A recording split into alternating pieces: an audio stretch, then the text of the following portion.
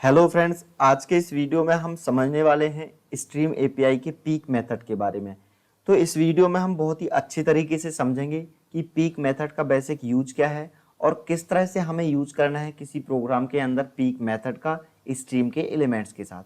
तो चलिए आगे बढ़ते हैं इस वीडियो में और एग्जाम्पल की मदद से समझते हैं पीक मेथड का कि इसका बेसिक यूज क्या है और किस तरह से हम यूज करते हैं इसका। तो सबसे पहले मैं आपको बता दूं कि पीक मेथड का जो बेसिक यूज है, इसका यूज हम डीबगिंग के लिए करते हैं। जब भी स्ट्रीम के एलिमेंट्स प्रोसेस हो रहे होते हैं या स्ट्रीम हो रहे होते हैं, उस दौरान हम डीबगिंग ऑपरेशन परफॉर्म करने के लिए पीक मेथड का यूज करते हैं। यानी कि जब स्ट्रीमिंग के दौरान जो एलिमेंट्स स्ट्रीम हो रहे होंगे, प्रोसेस हो रहे होंगे, उस दौरान अगर हम चाहें कि हमें उन एलिमेंट्स को डीबग करवाना है या प्रिंट करवा के देखना है कि कौन से एलिमेंट्स किस तरह से प्रोसेस हो रहे हैं, तो हम उस दौरान पीक मेथड का यूज कर सकते हैं। और इस पीक मेथड का यूज हम इंटरमीडिएट ऑपरेशन परफॉर्म करने के दौरान ही करते हैं। तो चलिए देखते हैं यूज करके एग्जांपल के अंदर पीक मेथड का।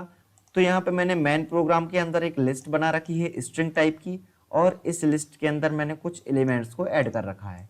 अब मैं इस लिस्ट के एलिमेंट्स के साथ स्ट्रीम की हेल्प से कुछ ऑपरेशन परफॉर्म करूंगा, और ऑपरेशन परफॉर्म करने के दौरान पीक मेथड का यूज करवा के हम डीबग करके भी देखेंगे इन एलिमेंट्स को, जब भी ये एलिमेंट प्रोसेस हो रहे होंगे, स्ट्रीम हो रहे होंगे स्ट्रीम की हेल्प से। तो चलिए यहाँ पे पीक मेथड का यूज करके देखते हैं। उसके लिए हमें क्या करना पड़ेगा, स्ट्रीम जनरेट करवानी पड़ेगी इस लिस्ट की। तो मैं यहाँ पे स्ट्रीम जनरेट करवा लेता हूँ, और इसके बाद मैं चाहता हूँ फिल्टर करना इन एलिमेंट्स को जो मौजूद हैं इस स्ट्रीम में।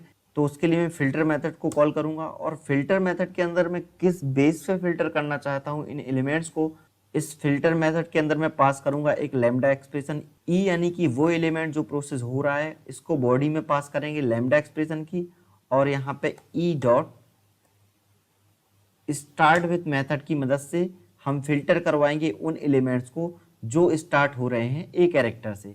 यानी कि मैं यहाँ पे चाहता हूँ कि जो भी एलिमेंट ए से स्टार्ट हो रहा है इस स्ट्रीम के अंदर, उन एलिमेंट्स की स्ट्रीम फिल्टर मेथड रिटर्न करे हमें जो एलिमेंट्स ए कैरेक्टर से स्टार्ट हो रहे हों। उसके बाद हम यहाँ पे डायरेक्टली पीक मेथड को कॉल कर सकते हैं और यहाँ पे डीबग करवा सकते हैं, यानी कि उन एलिमेंट्स को प्रिंट करवा सकते हैं जो आए होंगे फिल्टर होके इस फिल्टर मेथड की मदद से। तो यहाँ पे हम डीबग करवा लेते हैं उन एलिमेंट्स को। यहाँ पे हम फिर से लैम्डा एक्सप्रेशन पास करेंगे ई, यानी कि वो एलिमेंट जो प्रोसेस हो रहा है, और इसको हम प्रिंट करवाएंगे सिस आउट की मदद से। और इसके बाद हम कलेक्ट करेंगे इन एलिमेंट्स को किसी दूसरी लिस्ट में जो ये फिल्टर होके आए हैं। तो यहाँ पे कलेक्टर्स डॉट टू लिस्ट, और इन एलिमेंट्स को हम दूसरी लिस्ट में स्टोर भी करवा सकते हैं यहाँ पे। तो करवा के देख लेते हैं। लिस्ट 2 बना लेता हूँ यहाँ पे। इस लिस्ट 2 में वो सारे एलिमेंट होंगे जो ए कैरेक्टर से स्टार्ट हो रहे होंगे। अब यहाँ पे बेसिकली हमने किया क्या है, हमारा मकसद यहाँ पे पीक मेथड को समझना है। तो देखिए हमने यहाँ पे स्ट्रीम जनरेट करवाई उन एलिमेंट्स की, उसके बाद उन एलिमेंट्स को फिल्टर करवाया, और फिल्टर करवाने के बाद हम चाहते तो डायरेक्टली कलेक्ट कर सकते थे लिस्ट में, लेकिन हमने यहाँ पे डीबग करवाया, यानी कि उन एलिमेंट्स को प्रिंट करवाया ये जानने के लिए कि वो कौन से एलिमेंट्स हैं जो फिल्टर होके आए हैं। तो इस दौरान हमने इंटरमीडिएट ऑपरेशन परफॉर्म करने के बाद जस्ट हमने उसको डीबग करवाया उन एलिमेंट्स को जो एलिमेंट्स फिल्टर होके आए हैं। तो पीक मेथड का यूज इसके अलावा कुछ और नहीं है। इसका बहुत ही सिंपल सा यूज है कि जब भी हमें स्ट्रीमिंग के दौरान या डीबग ऑपरेशन परफॉर्म करना हो तो हम पीक मेथड को कॉल कर सकते हैं। अब चलिए इस प्रोग्राम को रन करके देखते हैं।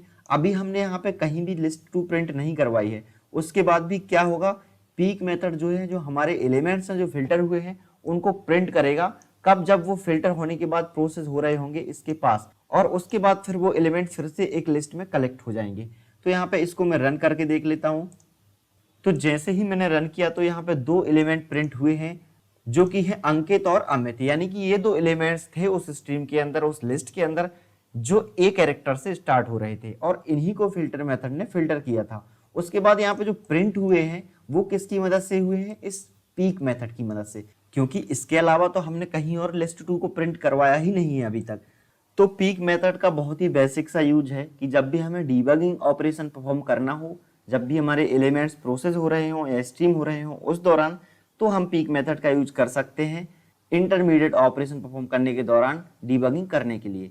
तो उम्मीद है कि आपको समझ में आ गया होगा कि पीक मेथड का बेसिक यूज क्या है और किस तरह से हम यूज करते हैं किसी स्ट्रीम के एलिमेंट्स को डीबग करवाने के लिए पीक मेथड का। तो आज के इस वीडियो में इतना ही। इसी तरह से मिलते हैं किसी अगले वीडियो में फिर से किसी नए टॉपिक के साथ। तब तक के लिए बहुत बहुत धन्यवाद।